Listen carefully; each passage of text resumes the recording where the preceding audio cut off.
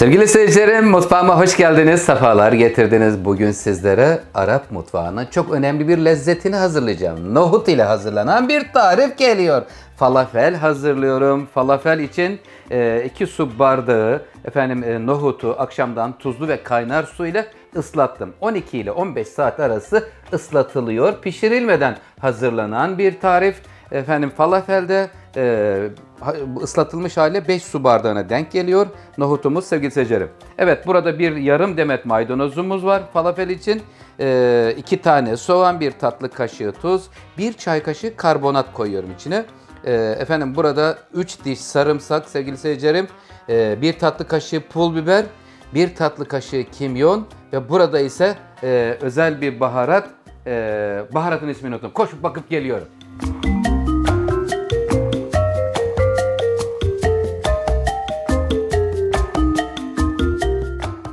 Kişniş, özür dilerim sevgili seyircilerim. Kişniş, bu kişniş 2 türlü. Kurusu var, bir de yeşil olanı var. Kuru haliyle kişniş kullanıyorum. Bir an ismini unuttum sevgili seyircilerim. Özür diliyorum. Evet, sosuna gelelim. Sosunda 1 kase sarımsaklı yoğurt, üzerine 2 çorba kaşığı tahin, yarım limon suyu ile birlikte sos hazırlıyoruz. Yağda kızaran bir tarif için hazır mısınız? Başlıyoruz, bismillah.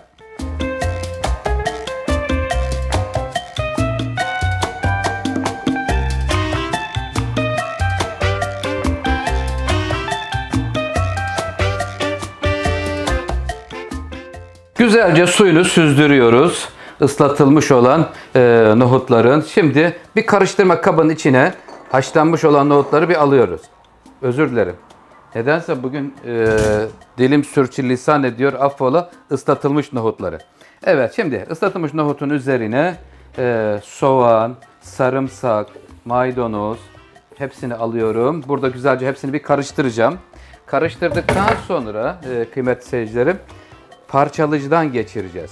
Parçalayıcıdan geçirebilirsiniz. Evde kıyma makinesi olan seyircilerimiz kıyma makinesinin en ince yerinden de çekebilirsiniz. Her ikisi de olur. Ama evlerde daha çok bu parçalayıcı olduğu için ondan dolayı parçalayıcı tercih ettim. Bismillahirrahmanirrahim. Şimdi bu karışımı soğan, sarımsak, maydanoz ve ıslatılmış nohut karışımını parçalayıcının içine alıyorum. 2'ye böleceğim bu ölçüyü. Evet, 2 seferde yeterli olur. Hemen kapağını kapatıyorum. Kıymetli seyircilerim, güzel böyle ufak oluncaya kadar parçalayıcıdan geçiriyoruz.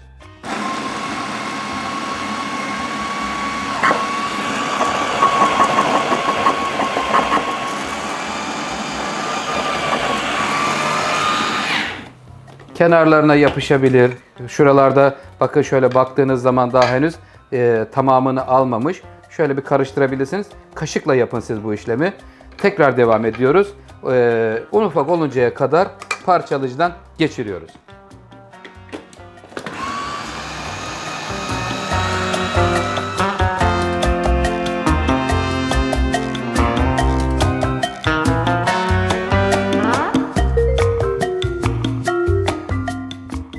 Sevgili seyircilerim, falafel için ıslatılmış nohutu, maydanoz, soğan, sarımsakla birlikte parçalayıcıdan geçirdik. Un ufak hale geldi. Şimdi lezzetlendirme bölümüne geleceğiz. Çok güzel bir renk aldı. Maydanozun, bol maydanoz veriyoruz ki burada hem lezzet katıyor hem de sevgili seyircilerim, bakın renk çok güzel. Yemyeşil bir renk çıktı ortaya. Evet, şimdi sırasıyla tuzunu veriyorum. 1 tatlı kaşığı, 1 tatlı kaşığı pul biber, sevgili seyircilerim kimyon, kişniş. Kişnişi hatırlamakta zorlanmıştım ama şimdi hatırladım. Çok kullandığımız bir ürün olmadığı için unutabiliyor insan. 1 çay kaşığı karbonat veriyorum. Karbonat yoksa mutfakta çareler bitmez. Kabartma tozundan da yararlanabilirsiniz sevgili seyirciler. Şimdi güzelce baharatlarıyla birlikte karışacak. Karıştıktan sonra üzerini kapatıyoruz. Bir yarım saat buzdolabında bekletiyoruz. Ondan sonra da kızgın yağda sevgiyle falafeli kızartıyoruz.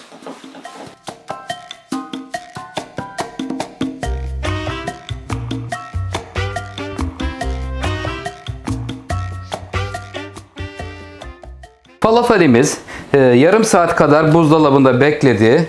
Şimdi kendine geldi kıvam olarak.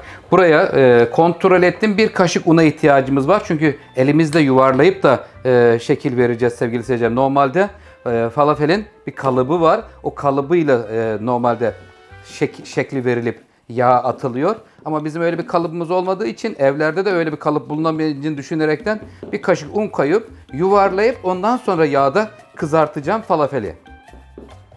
Unu ilave edip bir karıştırıyorum spatula yardımıyla.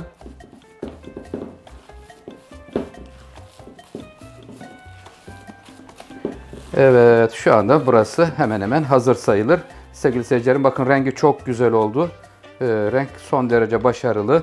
Şimdi kızartma bölümüne geçiyoruz. Bismillahirrahmanirrahim. Şöyle elimi alıyorum.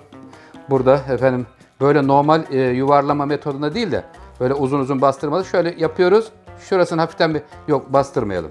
Oraya bastırdığımız zaman patlatıyor. Eğer olmazsa bir kaşık daha un vereceğim çünkü. Kıvamını bir tane bir kızartalım. Bir görelim bakalım. Bismillahirrahmanirrahim. Yağı bir atalım.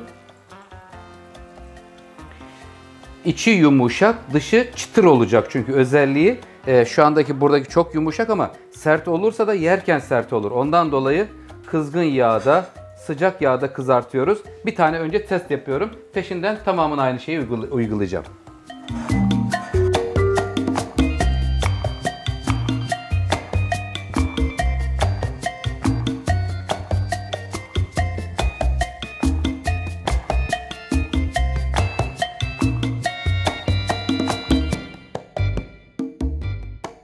Sevgili seyircilerim, testimizi yaptık. Gayet güzel oldu. Şekilde herhangi bir dağılma falan yok. Öyleyse yuvarlak top top şekline getirip kızartmaya başlıyoruz falafelimizi. Şöyle hemen bir parça kopartıp ceviz büyüklüğünde sıcak yağın içine alıyorum. Ama dağılır Oktay Usta, risk atmayayım kendimi derseniz 2 çorba kaşığı da un koyabilirsiniz. Ben 1 çorba kaşığı koydum. Güzel böyle nohutun tadı gelsin baharatlarıyla birlikte diye. Yani un ya da diğer ürünler baskın olmasın düşüncesiyle. Ya da hepsini şeklini verdikten sonra da yağda kızartabilirsiniz. Kıymetli seyircilerim. Evet, şu anda yağda, sıcak yağda, yüksek ısıda cascus usulüyle falafellerimiz kızarıyor sevgili seyircilerim. Vay, çok güzel. Bakın atıyorum, cos diyor bak. Gördünüz mü? Cos sesi geliyor. Hemen kızaranları ters çeviriyorum. Dikkat edeceğiz burada birbirlerine değdirmeden sevgili seyircilerim. Kızaranları takip ediyoruz ve ters çeviriyoruz. Çok lezzetli oluyor. Dünyada da çok meşhur bu falafel. Tamam, şöyle çeviriyorum. Evet. Şu anda gördüğünüz üzere herhangi bir dağılma yok. Son derece gayet güzel. Hepsini bu şekilde kızartıyorum. Sonra da nasıl çıtır olduğunu çıtırt sesiyle birlikte sizlerle paylaşacağım.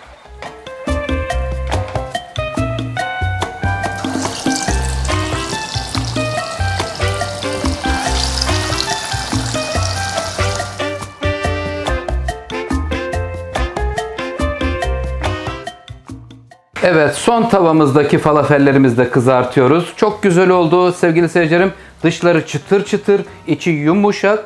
Şimdi bana kızartırken bu bir şeyi hatırlattı kıymetli seyircilerim.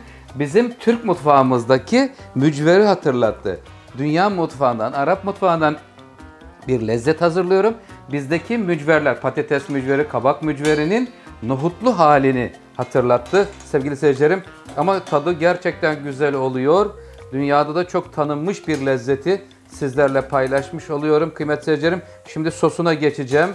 Birazdan nasıl çıtır olduğunu da paylaşacağım sizlerle. Sosunda yoğurt, tahin, sarımsak ve limon suyuyla hazırlanıyor. Ölçümüzden bu kadar çıkıyor. Evet, şimdi hemen sosunu da hazırlayalım.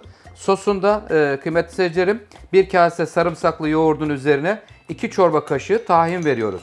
Bu sosa bandırıp da yenilindiğinde gerçekten güzel oluyor. Biraz da üzerine limon suyu.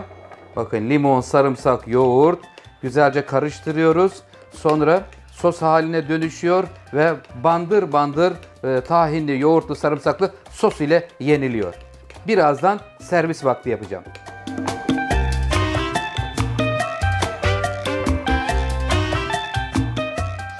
Sevgili seyircilerim, şu anda falafellerimiz hazır. Servise alıyoruz. Yanında domates, yeşillik, maydanoz, turşu Allah ne verdiyse zenginleştirmekte fayda var. Evet, şimdi çıtır çıtır olan falafellerimizi servis tabağına alıyorum. Güzel bir değişik tat oldu. İnşallah yeni bir lezzet olmuştur sizler için kıymetli seyircilerim. Oktay Usta mutfağında güzel güzel tatlar hazırlıyor. Bugün de Arap mutfağından güzel bir tarifi sizlerle paylaşmak istedim kıymetli seyircilerim.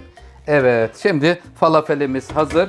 Yenilirken buradan alıp şuradaki tahinli, sarımsaklı, limonlu sosa bandırılıp yeniliyor kıymetli seyircilerim.